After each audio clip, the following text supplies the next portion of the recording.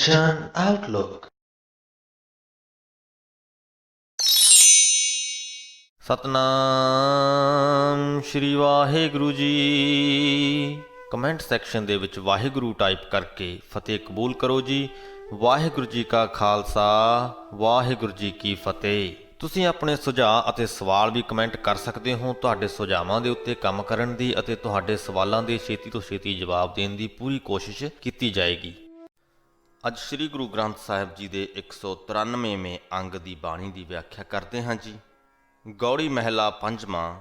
ਤੂੰ ਸਮਰੱਥ ਤੂੰ ਹੈ ਮੇਰਾ ਸੁਆਮੀ, ਸਭ ਕਿਛ ਤੁਮ ਤੇ ਤੂੰ ਅੰਤਰਜਾਮੀ। ਹੇ ਪ੍ਰਮਾਤਮਾ, ਤੂੰ ਸਭ ਕੁਝ ਕਰਨ ਦੇ ਸਮਰੱਥ ਹੈ, ਤੂੰ ਹੀ ਮੇਰਾ ਮਾਲਕ ਹੈ, ਤੂੰ ਅੰਤਰਜਾਮੀ ਹੈ, ਸਾਰਿਆਂ ਦੇ ਦਿਲਾਂ ਦੀਆਂ ਜਾਣਨ ਵਾਲਾ ਹੈ। ਸਭ ਕਿਛ ਤੁਮ ਤੇ ਭਾਵ ਕਿ ਇਸ ਦੁਨੀਆ ਦੇ ਵਿੱਚ ਜੋ ਕੁਝ ਵੀ ਹੋ ਰਿਹਾ ਹੈ ਉਹ ਤੇਰੀ ਰਜ਼ਾ ਦੇ ਅਨੁਸਾਰ ਹੀ ਹੋ ਰਿਹਾ ਹੈ। ਪਾਰ ਬ੍ਰਹਮ ਪੂਰਨ ਜਨ ਓਟ। ਹੇ ਸੰਪੂਰਨ ਪ੍ਰਮਾਤਮਾ, ਤੇਰੇ ਜਨਾਂ ਨੂੰ, ਤੇਰੇ ਸੇਵਕਾਂ ਨੂੰ ਤੇਰਾ ਆਸਰਾ ਹੈ, ਤੇਰੀ ਓਟ ਹੈ, ਤੇਰੀ ਸਰਨ ਉਧਰੈ ਜਨ ਕੋਟ ਰਹਾਓ। ਤੇਰੇ ਆਸਰੇ ਦੇ ਵਿੱਚ ਕਰੋੜਾਂ ਹੀ ਜੀਵ ਆਪਣਾ ਉਧਾਰ ਕਰ ਲੈਂਦੇ ਨੇ। ਜੇਤੇ ਜੀ ਤੇਤੇ ਸਭ ਤੇਰੇ। ਜਿੰਨੇ ਵੀ ਜੀਵ ਨੇ ਉਹ ਸਾਰੇ ਤੇਰੇ ਹੀ ਨੇ। ਤੁਮਰੀ ਕਿਰਪਾ ਤੇ ਸੂਖ ਘਨੇਰੇ। ਤੇ ਤੇਰੀ ਰਜ਼ਾ ਦੇ ਨਾਲ, ਤੇਰੀ ਮਿਹਰ ਦੇ ਨਾਲ, ਤੇਰੀ ਕਿਰਪਾ ਦੇ ਨਾਲ ਇਹ ਸਾਰੇ ਜੀਵ ਅਨੇਕਾਂ ਹੀ ਸੁੱਖ ਮਾਣ ਰਹੇ ਨੇ। ਜੋ ਕਿਛ ਵਰਤੈ ਸਭ ਤੇਰਾ ਭਾਣਾ। ਇਸ ਬ੍ਰਹਿਮੰਡ ਦੇ ਵਿੱਚ, ਇਸ ਪੂਰੀ ਸ੍ਰਿਸ਼ਟੀ ਦੇ ਵਿੱਚ ਜੋ ਕੁਝ ਵੀ ਵਾਪਰ ਰਿਹਾ ਹੈ ਸਭ ਕੁਝ ਤੇਰਾ ਹੀ ਭਾਣਾ ਹੈ, ਤੇਰੀ ਹੀ ਰਜ਼ਾ ਦੇ ਵਿੱਚ ਹੈ। ਹੁਕਮ ਬੂਝੈ ਸੋ ਸੱਚ ਸਮਾਣਾ। ਜਿਹੜਾ ਤੇਰੇ ਇਸ ਹੁਕਮ ਨੂੰ ਬੁੱਝ ਗਿਆ ਉਹ ਤੇਰੇ ਵਿੱਚ ਸਮਾ ਜਾਂਦਾ ਹੈ, ਉਹ ਉਸ ਸੱਚੇ ਪ੍ਰਮਾਤਮਾ ਦੇ ਵਿੱਚ ਸਮਾ ਜਾਂਦਾ ਹੈ। ਇਹਨਾਂ ਦੋ ਪੰਕਤੀਆਂ ਦੇ ਵਿੱਚ ਸਾਡੀ ਜ਼ਿੰਦਗੀ ਦੇ ਵਿੱਚ ਲਾਗੂ ਕਰਨ ਯੋਗ ਬਹੁਤ ਵੱਡੀ ਸਿੱਖਿਆ ਹੈ। ਜੋ ਕਿਛ ਵਰਤੈ ਸਭ ਤੇਰਾ ਭਾਣਾ, ਹੁਕਮ ਬੂਝੈ ਸੋ ਸੱਚ ਸਮਾਣਾ। ਅਕਸਰ ਅਸੀਂ ਖੁਸ਼ ਜਾਂ ਦੁਖੀ ਉਦੋਂ ਹੁੰਦੇ ਹਾਂ ਜਦੋਂ ਅਸੀਂ ਆਪਣੇ ਨਿੱਜ ਨੂੰ ਉਸ ਖੁਸ਼ੀ ਜਾਂ ਗਮੀ ਦਾ ਜ਼ਿੰਮੇਵਾਰ ਸਮਝ ਲੈਂਦੇ ਹਾਂ। ਖੁਸ਼ ਵੀ ਅਸੀਂ ਤਾਂ ਹੁੰਦੇ ਹਾਂ ਕਿਉਂਕਿ ਸਾਨੂੰ ਲੱਗਦਾ ਹੈ ਕਿ ਮੈਂ ਕੁਝ ਹਾਸਲ ਕਰ ਲਿਆ ਹੈ। ਦੁਖੀ ਵੀ ਅਸੀਂ ਤਾਂ ਹੁੰਦੇ ਹਾਂ ਜਦੋਂ ਸਾਨੂੰ ਲੱਗਦਾ ਹੈ ਕਿ ਸਾਡੇ ਤੋਂ ਕੋਈ ਗੁਸਤਾਖੀ ਹੋ ਗਈ ਹੈ, ਅਸੀਂ ਕਿਸੇ ਨਾ ਕਿਸੇ ਚੀਜ਼ ਦੇ ਵਿੱਚ ਅਸਫਲ ਹੋ ਗਏ ਹਾਂ, ਕੁਝ ਕਰਨ ਦੇ ਵਿੱਚ ਅਸਫਲ ਹੋ ਗਏ ਹਾਂ। ਦੋਨਾਂ ਹੀ ਸਥਿਤੀਆਂ ਦੇ ਵਿੱਚ ਜੇਕਰ ਅਸੀਂ ਇਹ ਮੰਨ ਲਈਏ ਕਿ ਜੋ ਕੁਛ ਵਰਤੈ ਸਭ ਤੇਰਾ ਭਾਣਾ, ਸਿਰਫ ਦੁੱਖਾਂ ਵੇਲੇ ਇਹ ਗੱਲ ਨਹੀਂ ਮੰਨਣੀ, ਸੁੱਖਾਂ ਵੇਲੇ ਵੀ ਮੰਨਣੀ ਹੈ। ਜੇ ਤੁਸੀਂ ਇਹ ਸੋਚੋ ਕਿ ਸਿਰਫ ਦੁੱਖਾਂ ਵੇਲੇ ਭਾਣਾ ਮੰਨਣਾ ਹੈ, ਸੁੱਖਾਂ ਵੇਲੇ ਮੈਂ ਆਪਦੀ ਖੁਸ਼ੀ ਆਪਦੇ ਢੰਗ ਨਾਲ ਮਨਾ ਸਕਦਾ ਹਾਂ, ਤਾਂ ਤੁਸੀਂ ਦੁੱਖਾਂ ਵੇਲੇ ਵੀ ਕਦੇ ਭਾਣਾ ਮੰਨ ਨਹੀਂ ਪਾਓਗੇ। ਸੁੱਖ ਅਤੇ ਦੁੱਖ ਇੱਕ ਹੀ ਸਿੱਕੇ ਦੇ ਦੋ ਪਹਿਲੂ ਨੇ। ਜਦ ਤੱਕ ਤੁਸੀਂ ਇੱਕ ਨੂੰ ਰੱਖਣਾ ਚਾਹੋਗੇ, ਦੂਜੇ ਨੂੰ ਨਹੀਂ ਰੱਖਣਾ ਚਾਹੋਗੇ, ਤੁਸੀਂ ਕਿਤੇ ਵੀ ਨਹੀਂ ਪਹੁੰਚ ਸਕੋਗੇ, ਤੁਸੀਂ ਅਸਫਲ ਹੀ ਹੋਵੋਗੇ। ਜਾਂ ਤੇ ਤੁਹਾਨੂੰ ਦੋਨੋਂ ਰੱਖਣੇ ਪੈਣਗੇ ਤੇ ਜਾਂ ਫਿਰ ਦੋਨੋਂ ਹੀ ਛੱਡਣੇ ਪੈਣਗੇ। ਸੋ ਇਸੇ ਲਈ ਜੋ ਕਿਛ ਵਰਤੈ ਸਭ ਤੇਰਾ ਭਾਣਾ। ਜੋ ਕਿਛ ਵਰਤੈ, ਸਿਰਫ ਦੁੱਖਾਂ ਦੀ ਗੱਲ ਨਹੀਂ ਹੋ ਰਹੀ, ਜੋ ਕੁਝ ਵੀ ਹੋ ਰਿਹਾ ਹੈ, ਜੋ ਕੁਝ ਵੀ ਵਰਤਦਾ ਹੈ, ਜੋ ਕੁਝ ਵੀ ਵਾਪਰਦਾ ਹੈ, ਸਭ ਤੇਰਾ ਹੀ ਭਾਣਾ ਹੈ। ਇਹ ਗੱਲ ਸਾਨੂੰ ਆਪਣੇ ਹਿਰਦਿਆਂ ਦੇ ਵਿੱਚ, ਆਪਣੇ ਮਨਾਂ ਦੇ ਵਿੱਚ ਬਹੁਤ ਪੱਕੇ ਤੌਰ ਤੇ ਵਸਾਉਣੀ ਪਏਗੀ। ਜੇਕਰ ਸ੍ਰੀ ਗੁਰੂ ਗੋਬਿੰਦ ਸਿੰਘ ਜੀ ਦੇ ਮਨ ਦੇ ਵਿੱਚ ਜਾਂ ਹੋਰ ਜਿੰਨੇ ਵੀ ਸ਼ਹੀਦ ਹੋਏ ਨੇ, ਜਿੰਨੇ ਵੀ ਲੋਕਾਂ ਨੇ ਕੁਰਬਾਨੀਆਂ ਦਿੱਤੀਆਂ ਨੇ, ਅੱਜ ਹੀ ਮੈਂ ਭਾਈ ਤਾਰੂ ਸਿੰਘ ਜੀ ਬਾਰੇ ਪੜ੍ਹ ਰਿਹਾ ਸਾਂ ਕਿ ਕਿਸ ਪ੍ਰਕਾਰ ਉਹਨਾਂ ਦੀ ਖੋਪੜੀ ਲਾਹੀ ਗਈ ਸੀ। ਜੇਕਰ ਉਹਨਾਂ ਦੇ ਦਿਲ ਦੇ ਵਿੱਚ ਇਹ ਗੱਲ ਪੱਕੀ ਨਾ ਹੁੰਦੀ ਕਿ ਜੋ ਕੁਝ ਵਰਤ ਰਿਹਾ ਹੈ ਤੇਰਾ ਭਾਣਾ ਹੈ, ਤਾਂ ਉਹ ਆਪਣੀ ਖੋਪੜੀ ਕਦੇ ਵੀ ਨਹੀਂ ਲਹਾ ਸਕਦੇ ਸਨ। ਜੇਕਰ ਸ੍ਰੀ ਗੁਰੂ ਗੋਬਿੰਦ ਸਿੰਘ ਜੀ ਦੇ ਮਨ ਦੇ ਵਿੱਚ ਇਹ ਗੱਲ ਇੱਟ ਵਰਗੀ ਪੱਕੀ ਨਾ ਹੁੰਦੀ ਤਾਂ ਉਹ ਆਪਣਾ ਪਰਿਵਾਰ ਕਦੇ ਵੀ ਨਹੀਂ ਵਾਰ ਸਕਦੇ ਸਨ। ਜੇਕਰ ਸ੍ਰੀ ਗੁਰੂ ਨਾਨਕ ਦੇਵ ਜੀ ਦੇ ਮਨ ਦੇ ਵਿੱਚ ਇਹ ਗੱਲ ਚੱਟਾਨ ਵਰਗੀ ਪੱਕੀ ਨਾ ਹੁੰਦੀ ਤਾਂ ਇੰਨਾ ਗਿਆਨ ਹੋਣ ਦੇ ਬਾਵਜੂਦ, ਇੰਨੇ ਲੋਕਾਂ ਦਾ ਸਾਥ ਹੋਣ ਦੇ ਬਾਵਜੂਦ ਵੀ ਉਹ ਨਿਮਰ ਨਹੀਂ ਰਹਿ ਸਕਦੇ ਸਨ। ਸੋ ਇਸ ਗੱਲ ਨੂੰ ਅਸੀਂ ਆਪਣੇ ਦਿਲਾਂ ਦੇ ਵਿੱਚ ਪੱਕਾ ਕਰਨਾ ਹੈ।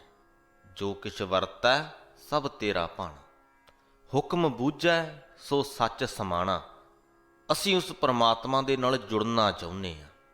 ਹਰ ਇਨਸਾਨ ਚਾਹੁੰਦਾ ਹੈ ਉਸ ਪਰਮਾਤਮਾ ਦੇ ਨਾਲ ਇੱਕ ਸਾਂਝ ਕਾਇਮ ਕਰਨੀ। ਤੇ ਇਸ ਪੰਕਤੀ ਦੇ ਵਿੱਚ ਗੁਰੂ ਜੀ ਨੇ ਸਾਨੂੰ ਦੱਸ ਦਿੱਤਾ ਕਿ ਕਿਵੇਂ ਕਰਨੀ ਹੈ। ਹੁਕਮ ਬੂਝੈ ਸੋ ਸੱਚ ਸਮਾਣਾ। ਉਸ ਸੱਚ ਦੇ ਵਿੱਚ ਜੇ ਸਮਾਉਣਾ ਹੈ, ਲੀਨ ਹੋਣਾ ਹੈ, ਤਾਂ ਉਹਦੇ ਹੁਕਮ ਨੂੰ ਬੁੱਝੋ। ਹੁਣ ਹੁਕਮ ਬੁੱਝਣ ਤੋਂ ਇਹ ਭਾਵ ਵੀ ਨਹੀਂ ਹੈ ਕਿ ਅਸੀਂ ਅੰਦਾਜ਼ੇ ਲਾਉਣੇ ਨੇ ਕਿ ਅੱਗੇ ਕੀ ਹੋਏਗਾ। ਨਹੀਂ, ਅਸੀਂ ਸਿਰਫ ਉਹਦੇ ਹੁਕਮ ਨੂੰ ਮੰਨਣਾ ਹੈ। ਬੁੱਝਣ ਤੋਂ ਭਾਵ ਮੰਨਣਾ ਹੀ ਹੈ। ਅਸੀਂ ਉਹਦੇ ਹੁਕਮ ਨੂੰ ਮੰਨਣਾ ਹੈ, ਉਹਦੇ ਹੁਕਮ ਨੂੰ ਪਛਾਨਣਾ ਹੈ। ਸਾਡੀਆਂ ਜ਼ਿੰਦਗੀਆਂ ਦੇ ਵਿੱਚ ਇੱਕ ਇੱਕ ਪਲ 'ਤੇ ਹੋਣ ਵਾਲੀ ਹਰ ਚੀਜ਼ ਦੇ ਵਿੱਚ ਉਹਦੇ ਹੁਕਮ ਨੂੰ ਮੰਨਣਾ ਹੈ। ਇਸ ਪਲ ਦੇ ਵਿੱਚ ਜੋ ਮੈਂ ਸਾਹ ਲੈ ਰਿਹਾ ਹਾਂ ਉਹਦੇ ਹੁਕਮ ਅਨੁਸਾਰ ਹੀ ਲੈ ਰਿਹਾ ਹਾਂ। ਜੋ ਮੈਂ ਬੋਲ ਰਿਹਾ ਹਾਂ ਉਹਦੇ ਹੁਕਮ ਵਿੱਚ ਹੀ ਬੋਲ ਰਿਹਾ ਹਾਂ। ਜੇ ਮੈਂ ਇਹ ਰਿਕਾਰਡਿੰਗ ਕਰ ਰਿਹਾ ਹਾਂ ਉਹਦੇ ਹੁਕਮ ਦੇ ਵਿੱਚ ਹੀ ਕਰ ਰਿਹਾ ਹਾਂ। ਜੇਕਰ ਉਹਦੀ ਰਜ਼ਾ ਨਾ ਹੋਵੇ ਤਾਂ ਮੈਂ ਇਹ ਰਿਕਾਰਡਿੰਗ ਨਹੀਂ ਕਰਦਾ ਹੋਊਂਗਾ। ਮੈਂ ਕੁਝ ਵੀ ਹੋਰ ਕਰਦਾ ਹੋਊਂਗਾ, ਪਰ ਜੋ ਕੁਝ ਹੋਰ ਵੀ ਕਰਦਾ ਹੋਊਂਗਾ ਉਹ ਵੀ ਉਹਦੇ ਹੁਕਮ ਦੇ ਵਿੱਚ ਹੀ ਕਰਦਾ ਹੋਊਂਗਾ। ਸਾਨੂੰ ਸਮਝ ਵੀ ਉਹ ਪਰਮਾਤਮਾ ਹੀ ਦਿੰਦਾ ਹੈ, ਨਾ ਸਮਝੀ ਵੀ ਉਹ ਪਰਮਾਤਮਾ ਹੀ ਦਿੰਦਾ ਹੈ। ਇਸ ਗੱਲ ਨੂੰ ਜਦੋਂ ਅਸੀਂ ਜਾਣ ਲਵਾਂਗੇ ਤਾਂ ਉਹਦੇ ਵਿੱਚ ਸਮਾ ਜਾਵਾਂਗੇ। ਕਰ ਕਿਰਪਾ ਦੀਜੈ ਪ੍ਰਭ ਦਾਨ, ਨਾਨਕ ਸਿਮਰੈ ਨਾਮ ਨਿਧਾਨ। ਹੇ ਪਰਮਾਤਮਾ, ਆਪਣੀ ਮਿਹਰ ਦੀ ਨਿਗਾਹ ਕਰ, ਮੇਰੇ ਤੇ ਕਿਰਪਾ ਕਰਕੇ ਆਪਣੇ ਨਾਮ ਦੀ ਦਾਤ ਮੈਨੂੰ ਦੇ, ਤਾਂ ਕਿ ਨਾਨਕ ਤੇਰਾ ਨਾਮ ਖਜ਼ਾਨਾ ਸਿਮਰ ਸਕੇ।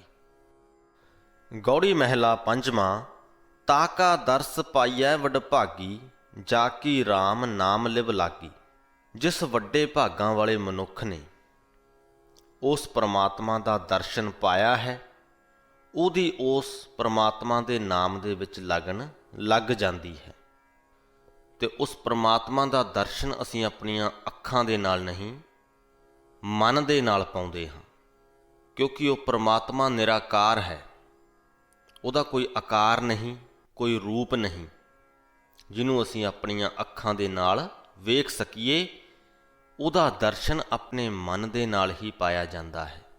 ਜੇਕਰ ਸਾਡੇ ਤੇ ਪਰਮਾਤਮਾ ਦੀ ਮਿਹਰ ਹੁੰਦੀ ਹੈ ਤਾਂ ਅਸੀਂ ਉਹਦਾ ਦਰਸ਼ਨ ਪ੍ਰਾਪਤ ਕਰਦੇ ਹਾਂ ਤੇ ਫਿਰ ਸਾਡੀ ਲਿਵ ਉਸ ਪਰਮਾਤਮਾ ਦੇ ਨਾਲ ਜੁੜ ਜਾਂਦੀ ਹੈ। ਜਾ ਕੈ ਹਰ ਵਸਿਆ ਮਨ ਮਾਹੀ, ਤਾ ਕਉ ਦੁੱਖ ਸੁਪਨੈ ਵੀ ਨਾਹੀ। ਰਹਾਉ। ਜਿਹਦੇ ਮਨ ਦੇ ਵਿੱਚ ਉਹ ਪਰਮਾਤਮਾ ਵਸਿਆ ਹੋਵੇ ਉਹਨੂੰ ਸੁਪਨੇ ਦੇ ਵਿੱਚ ਵੀ ਦੁੱਖ ਭੋ ਨਹੀਂ ਸਕਦਾ। ਸਰਬ ਨਿਧਾਨ ਰਾਖੇ ਜਨ ਮਾਹੇ, ਤਾ ਕੈ ਸੰਗ ਕਿਲ ਵਿਖ ਦੁੱਖ ਜਾਹੇ। ਅਜਿਹੇ ਸੇਵਕ ਦੇ ਮਨ ਦੇ ਵਿੱਚ ਉਹ ਪਰਮਾਤਮਾ ਸਭ ਖਜ਼ਾਨਿਆਂ ਦੇ ਬਰਾਬਰ ਦਾ ਆਪਣਾ ਨਾਮ ਵਸਾ ਦਿੰਦਾ ਹੈ। ਤੇ ਅਜਿਹੇ ਸੇਵਕ ਦਾ ਸੰਗ ਪ੍ਰਾਪਤ ਕਰਕੇ ਤਾਕੈ ਸੰਗ ਕਿਲ ਵਿਖ ਦੁੱਖ ਜਾਹੇ, ਸਾਡੇ ਵੀ ਦੁੱਖ ਦੂਰ ਹੋ ਸਕਦੇ ਨੇ। ਜਿਹੜੇ ਸੇਵਕ ਦੇ ਮਨ ਵਿੱਚ ਪਰਮਾਤਮਾ ਦਾ ਨਾਮ ਵਸਿਆ ਹੋਵੇ ਉਹਦੇ ਸੰਗ ਰਹਿ ਕੇ ਅਸੀਂ ਵੀ ਆਪਣੇ ਦੁੱਖ ਦੂਰ ਕਰ ਸਕਦੇ ਹਾਂ। ਸੰਗਤ ਦਾ ਅਸਰ ਹੁੰਦਾ ਹੀ ਹੁੰਦਾ ਹੈ, ਭਾਵੇਂ ਉਹ ਚੰਗੀ ਹੋਵੇ ਤੇ ਭਾਵੇਂ ਮਾੜੀ ਹੋਵੇ। ਤਰਾਸਦੀ ਦੀ ਗੱਲ ਇਹ ਹੈ ਕਿ ਮਾੜੀ ਸੰਗਤ ਦਾ ਅਸਰ ਛੇਤੀ ਹੁੰਦਾ ਹੈ, ਚੰਗੀ ਸੰਗਤ ਦਾ ਅਸਰ ਹੋਣ 'ਤੇ ਥੋੜ੍ਹਾ ਵਕਤ ਲੱਗ ਜਾਂਦਾ ਹੈ। ਜਨ ਕੀ ਮਹਿਮਾ ਕਥੀ ਨਾ ਜਾਏ। ਜਿਸ ਮਨੁੱਖ ਦੀ ਲਿਵ ਉਸ ਪਰਮਾਤਮਾ ਨਾਲ ਲੱਗੀ ਹੋਵੇ ਉਹਦੀ ਆਤਮਿਕ ਅਵਸਥਾ ਨੂੰ ਬਿਆਨ ਨਹੀਂ ਕੀਤਾ ਜਾ ਸਕਦਾ। ਜੇਕਰ ਅਸੀਂ ਸ੍ਰੀ ਗੁਰੂ ਨਾਨਕ ਦੇਵ ਜੀ ਦੀ ਆਤਮਿਕ ਅਵਸਥਾ ਜਾਂ ਹੋਰ ਜਿਹੜੇ ਸਾਡੇ 10 ਗੁਰੂ ਹੋਏ ਨੇ ਉਹਨਾਂ ਤੋਂ ਇਲਾਵਾ ਵੀ ਜੋ ਉਸ ਪਰਮਾਤਮਾ ਦੇ ਭਗਤ ਹੋਏ ਨੇ, ਉਹਨਾਂ ਸਾਰਿਆਂ ਦੇ ਮਨ ਦੀ ਅਵਸਥਾ ਨੂੰ ਅਸੀਂ ਬਿਆਨ ਕਰਨਾ ਚਾਹੀਏ ਤਾਂ ਅਸੀਂ ਕਰ ਨਹੀਂ ਸਕਦੇ।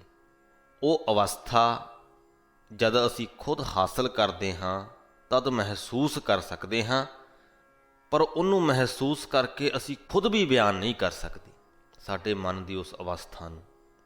ਸੋ ਜਨ ਕੀ ਮਹਿਮਾ ਕਥੀ ਨਾ ਜਾਏ, ਪਾਰ ਬ੍ਰਹਮ ਜਨ ਰਹਿਆ ਸਮਾਏ।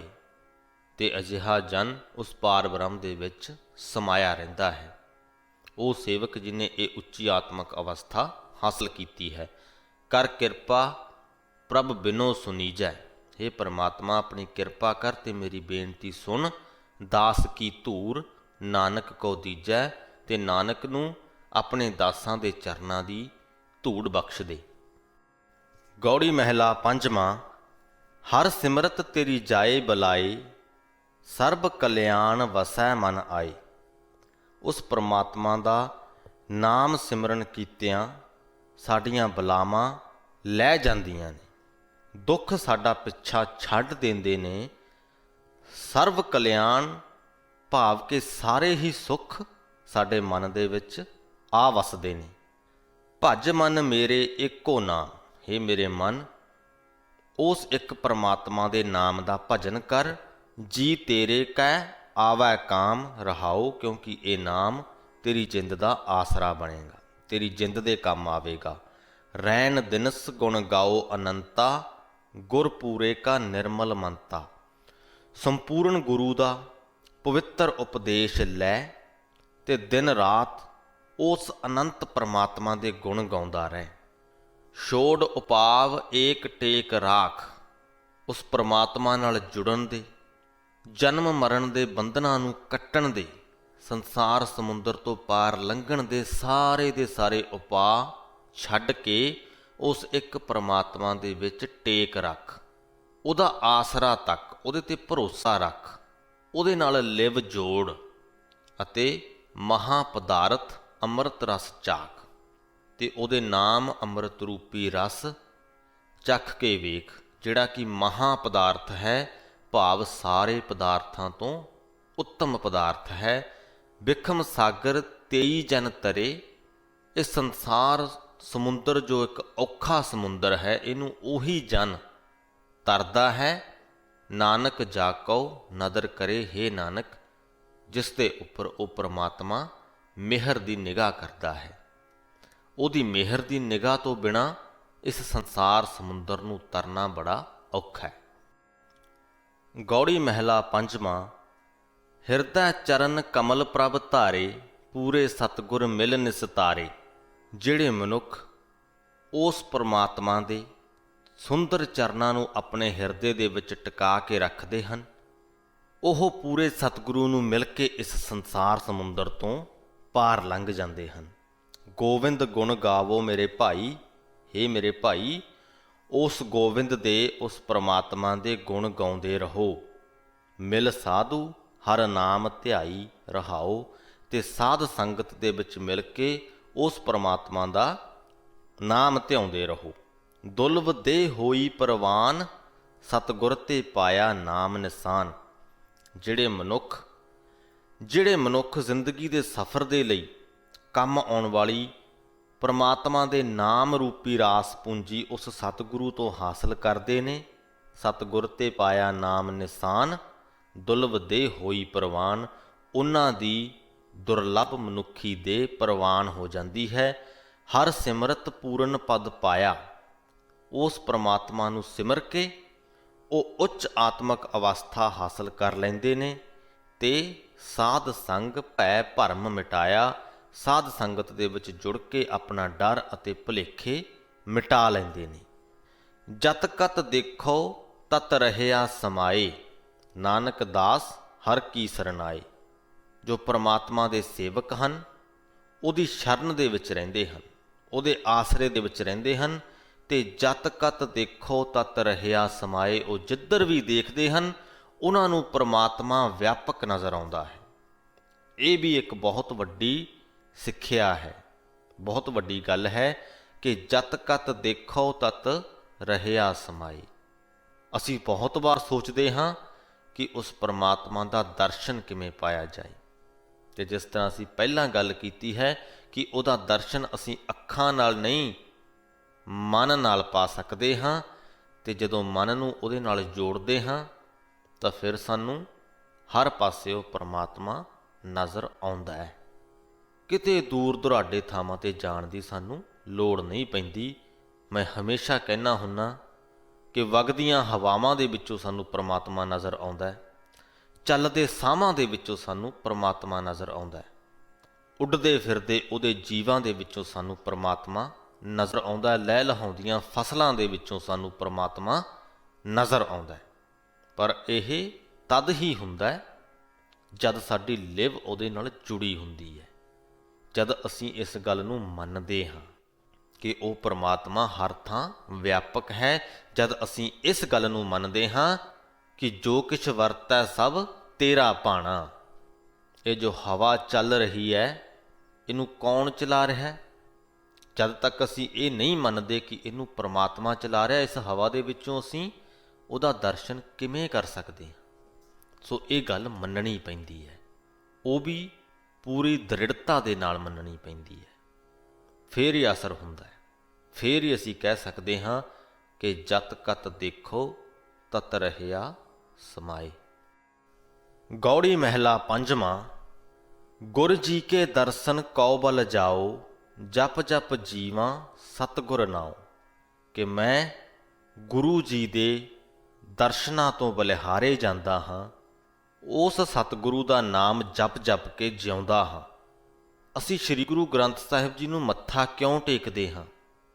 ਉਹ ਮੱਥਾ ਟੇਕਣ ਦੀ ਪ੍ਰਕਿਰਿਆ ਸਿਰਫ ਝੁਕ ਕੇ ਸਲਾਮ ਕਰਨ ਦੀ ਪ੍ਰਕਿਰਿਆ ਨਹੀਂ, ਉਹਦੇ ਪਿੱਛੇ ਇੱਕ ਭਾਵ ਹੈ ਕਿ ਹੇ ਗੁਰੂ, ਮੈਂ ਤੇਰੇ ਅੱਗੇ ਨਤਮਸਤਕ ਹੁੰਦਾ ਹਾਂ, ਕਿ ਮੈਂ ਤੇਰੇ ਦਰਸ਼ਨ ਤੋਂ ਬਲਿਹਾਰੇ ਜਾਂਦਾ ਹਾਂ, ਸਦਕੇ ਜਾਂਦਾ ਹਾਂ। ਜਦੋਂ ਅਸੀਂ ਮੱਥਾ ਟੇਕੀਏ ਤਾਂ ਇਹ ਭਾਵ ਸਾਡੇ ਦਿਲਾਂ ਦੇ ਵਿੱਚ ਹੋਣਾ ਚਾਹੀਦਾ ਹੈ, ਨਹੀਂ ਤਾਂ ਅਸੀਂ ਸਿਰਫ ਇੱਕ ਦੁਨਿਆਵੀ ਪ੍ਰਕਿਰਿਆ ਹੀ ਕਰਦੇ ਹਾਂ ਜੇ ਇਹ ਭਾਵ ਸਾਡੇ ਦਿਲ ਦੇ ਵਿੱਚ ਨਹੀਂ ਹੈ। ਗੁਰੂ ਜੀ ਕੇ ਦਰਸ਼ਨ ਕਉ ਬਲ ਜਾਓ, ਜਪ ਜਪ ਜੀਵਾਂ ਸਤਿਗੁਰ ਨਾਉ।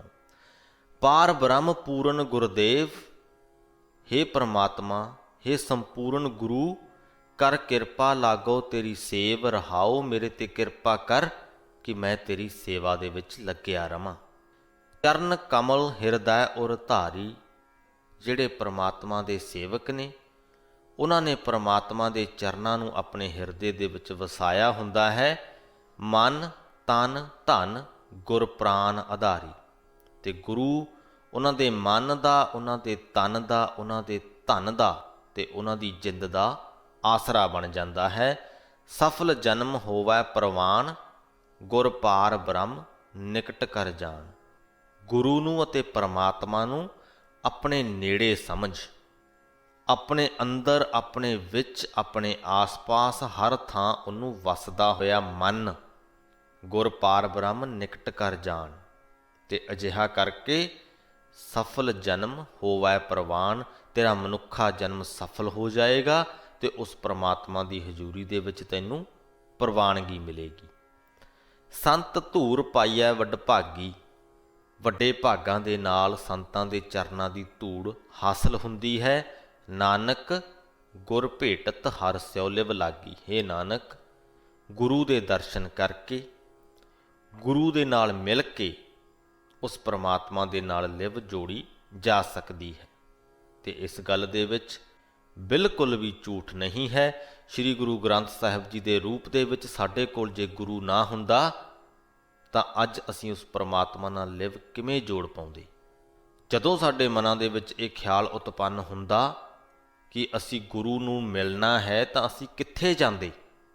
ਤਾਂ ਜਿਸ ਪ੍ਰਮਾਤਮਾ ਨੇ ਸਾਡੇ ਮਨਾਂ ਦੇ ਵਿੱਚ ਇਹ ਖਿਆਲ ਉਤਪੰਨ ਕੀਤੇ ਨੇ, ਉਸੇ ਪ੍ਰਮਾਤਮਾ ਨੇ ਸਾਨੂੰ ਰਸਤਾ ਵੀ ਦਿੱਤਾ ਹੈ ਸ੍ਰੀ ਗੁਰੂ ਗ੍ਰੰਥ ਸਾਹਿਬ ਜੀ ਦੇ ਰੂਪ ਦੇ ਵਿੱਚ ਕਿ ਆਓ ਮੇਰੇ ਨਾਲ ਜੁੜੋ ਤੇ ਇਹ ਤੁਹਾਡਾ ਰਸਤਾ ਹੈ।